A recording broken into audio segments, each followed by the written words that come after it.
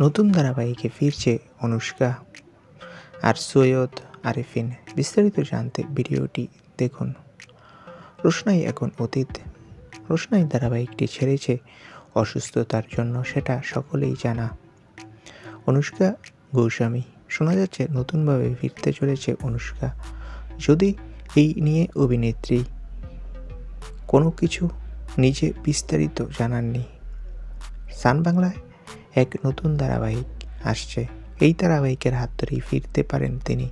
শোনা যাচ্ছে অভিনেতা সৈয়দ আরিফিনের সাথে জুটি বাঁধবে অভিনেত্রী অনুষ্কা গোস্বামী।